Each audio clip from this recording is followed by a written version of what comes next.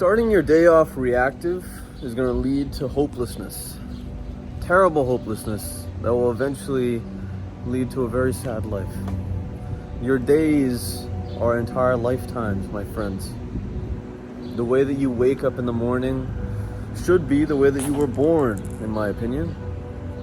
Because without that consciousness of the fact that you're alive, you won't be able to actualize anything that you really want to do that day, and probably in the long term in your life. Now, for a long time, I was going on my phone as soon as I woke up. I was curious about what people were doing on social medias. I was curious what text messages I got, who wanted my attention, whatnot.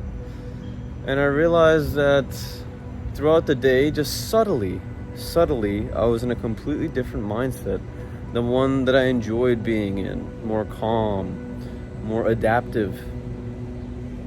It led my interactions in general to be less authentic, less sincere.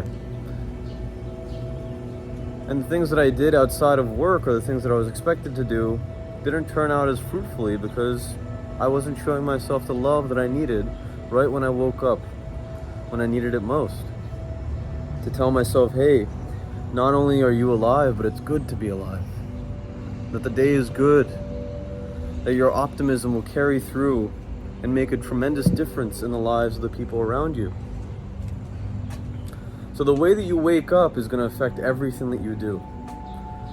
It is the hammer that will set your world into motion, you see? So what is a good wake-up routine, ideal wake-up routine? In my opinion, it's one that says to yourself that you have things to be grateful for. It's one that will allow you to plan for the day. And it's one that will allow you to check in with your spiritual self, your higher self, and say to that self, hey, welcome back to the world of the living. Today we're going to do something amazing. Breathing is the greatest tool that one can use to fix their attitude in situations that they feel potentially out of control. Waking up in the morning seems to be that way for a lot of people. Water. That's the first form of breathing. That's when your inhale and your exhale take up the same amount of seconds, same amount of time. There's the fast breathing. When your exhale takes more time than your inhale, but quickly, in quick procession. And then there is the way to fall asleep, which is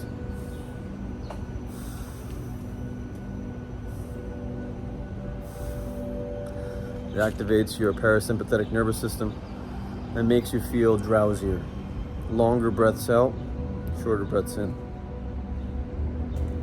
When you can master the way to breathe, especially in the morning, you will start to realize that breathing can affect everything in your day. If you meditate at all, part of the meditation practice, part of many meditation practices, is breathing. The essence of believing that your lungs are powerful, your heart is powerful, and giving them the energy that they need to persist, the oxygen that's required for us to live. Waking up in the morning, keeping your eyes closed, being conscious of your breathing, the things that you're grateful for, and the things that you want to do every day will make a drastic difference and probably elevate you above most other people, at least their mindset, in a given day. Now, I've seen a lot of people tell me that, yes, they do these things. And I'm always impressed because it tends to be the people that I value the most in my life. The people that bring the biggest smile to me. The people that feel good to not only me, but my observation of them interacting with others is one that's uplifting, one that feels good. When I ask these people what time they go to sleep and what time they wake up, it tends to be regimented. And they tend to know exactly why it's regimented. Because the routine that they're in determines their mood in the entire day. I was talking to a good friend of mine, and he was saying that you can tell on the days that you said, hey, you look a little down, whatnot, those are the days that I was missing something.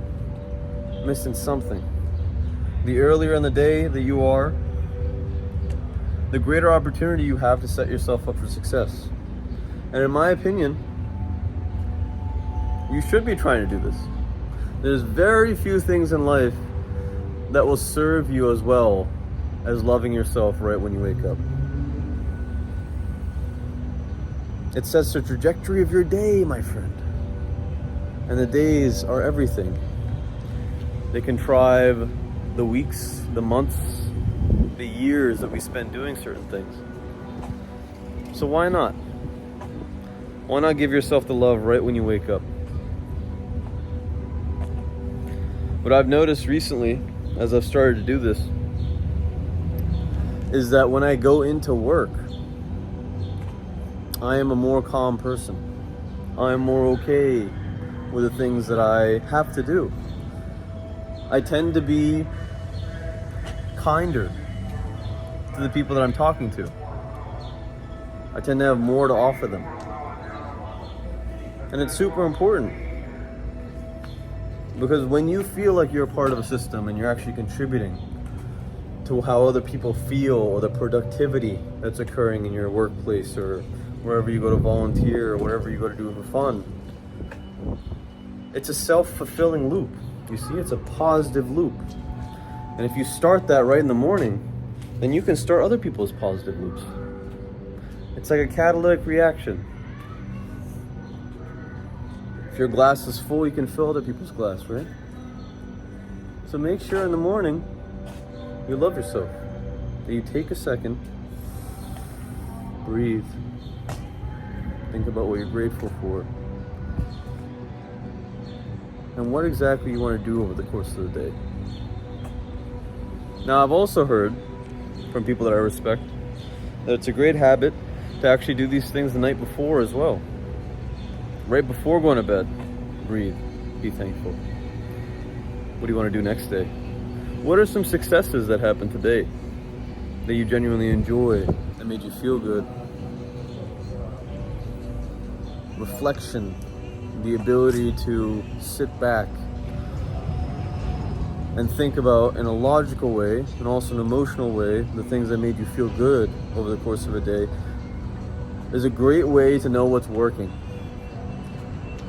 And what's working really just comes down to, where did you lose yourself? Where were you so entrenched, where all of your concentration went, that made you feel so good that you need to be doing again and again and again? Right, at the end of the day, you have a list of things that were successful and a list of things that didn't go as well as you wished. And if we don't reflect on these things, we'll end up often repeating the mistakes that we make and not capitalizing on the successes that we had that day. It's a quality of incredibly successful people to have a mental checklist of the things that they succeeded in and the things that they failed in. It gives them perspective. It gives them things to think about. And it gives them things particularly to work on every day. So a goal of mine today was to go and have a meaningful time at school, at work, be productive there, go and have a chance to go and speak to one of my close friends, talk about life for a second, give some time, go outside and obviously make one of these videos, hopefully inspirationally. One of my friend's birthday parties is coming up, I'm gonna go do that. And also the regular things, the painting, the making music, the reading, right? Building myself up. These are all things that I now subconsciously know I want to do because I know they make me feel good. I know they make me feel like I'm progressing in life. And that's different for everyone. But regardless of what your goals are, I believe that these habits of waking up in the morning and being thankful, setting your goals, your expectations, and also, forgot the last thing, but also doing that at night, the night before, can transform your life. Any sort of life you're trying to live, it's going to make your life better. I genuinely believe that, and that's why I'm giving you this advice. I talk about mindfulness in this video here. There is a strange thing occurring in society currently where we just don't understand our role in it, that we are actually important, and it comes down to our individual responsibility. Actualize your potential, my friends. I'll see you over there.